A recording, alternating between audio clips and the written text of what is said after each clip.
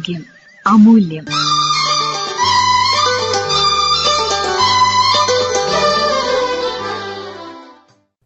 ഇന്ന് ലോക മാനസികാരോഗ്യ ദിനം.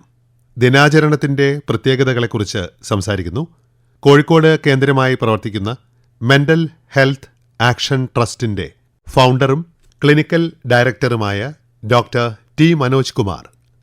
ഏകദേശം 40 വർഷം മുൻപെയാണ് ഞാൻ ഈ രംഗത്തെത്തുന്നത്.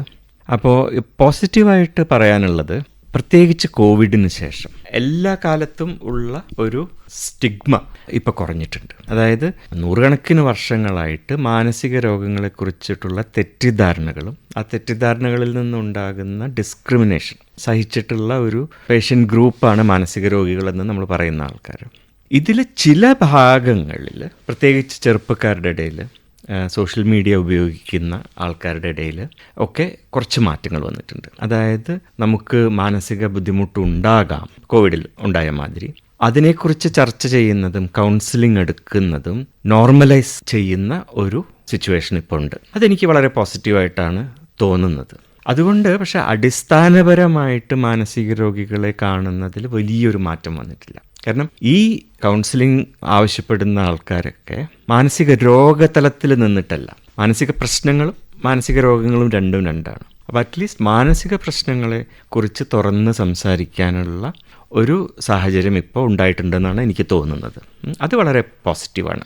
മാനസിക പ്രശ്നങ്ങൾ ഒരു രോഗാവസ്ഥയല്ല, നമുക്ക് ബുദ്ധിമുട്ടുണ്ടാക്കും. കൂടുതൽ മരുന്നില്ലാതെ സാമൂഹികമായിട്ടുള്ള അല്ലെങ്കിൽ വ്യക്തിപരമായിട്ടുള്ള സൈക്കോളജിക്കൽ രീതിയിലൂടെ നമ്മൾ മാനേജ് ചെയ്യേണ്ട മാനസിക പ്രശ്നങ്ങൾ കൂടുന്നുണ്ട്. അത് നേരത്തെ പറഞ്ഞ മാതിരി കോവിഡ് എന്നുള്ള മാതിരി ഒരു മഹാമാരിയുടെ സമയത്തോ അല്ലെങ്കിൽ കൂടുതൽ ചെറിയ ലെവലിൽ സ്കൂളുകളിലെ കോളേജുകളിലേക്ക് കൾച്ചറും എല്ലാം ആയിട്ട് അത് ഏറ്റക്കുറച്ചിലുകൾ ഉണ്ടാകും. പക്ഷെ മാനസിക രോഗങ്ങളുടെ തോതിൽ വലിയ വ്യത്യാസം വരുന്നില്ല.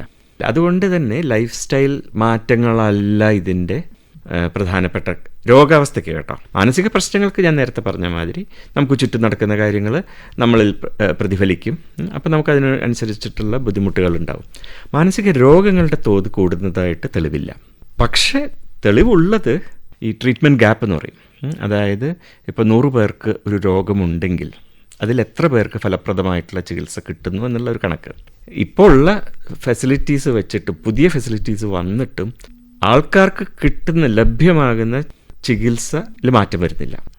മാനസിക രോഗങ്ങളെ കുറിച്ചിട്ടുള്ള നമ്മുടെ ധാരണകൾ ഇതൊരിക്കൽ വന്നാൽ മാറണം. കാരണം ബാഹ്യമായിട്ട് ഉണ്ടായതാണ് എന്നുള്ളതാണ്.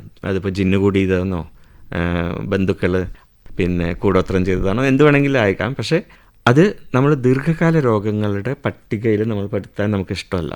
അതുകൊണ്ട് തന്നെ മരുന്ന് കഴിച്ച് മാറിയാൽ ഉടനെ മരുന്ന് നിർത്താൻ ആണ് നമ്മൾ ശ്രമിക്കുക. കാരണം മരുന്ന് കഴിക്കുന്നത് എന്തോ നമ്മുടെ ഒരു വീക്ക്നെസ്സാണ്. അതില്ലാതെ നമ്മൾ സ്വയം മാനേജ് ചെയ്യണമെന്നാണ് എല്ലാവരും ആഗ്രഹിക്കുന്നത്. അതേ ലെവലിൽ മറ്റ് രോഗങ്ങളുടെ മരുന്ന് നിർത്തണമെന്ന് ആർക്കും തോന്നുന്നില്ല. അപ്പോൾ മാനസിക രോഗ ചികിത്സയെക്കുറിച്ചിട്ടുള്ള ആ തെറ്റായ ധാരണകളും ഈ മരുന്നുകൾ ദീർഘകാലം കഴിക്കാൻ പാടില്ല, അഡിക്ഷൻ, അങ്ങനെ കുറേ പ്രശ്നങ്ങളുണ്ട് അതിൽ. ഈ ധാരണകളെല്ലാം മാറണമെങ്കിൽ നല്ല രീതിയിൽ ഈ തുടർ ചികിത്സ നമ്മൾ പ്രൊവൈഡ് ചെയ്താലേ പറ്റുള്ളൂ.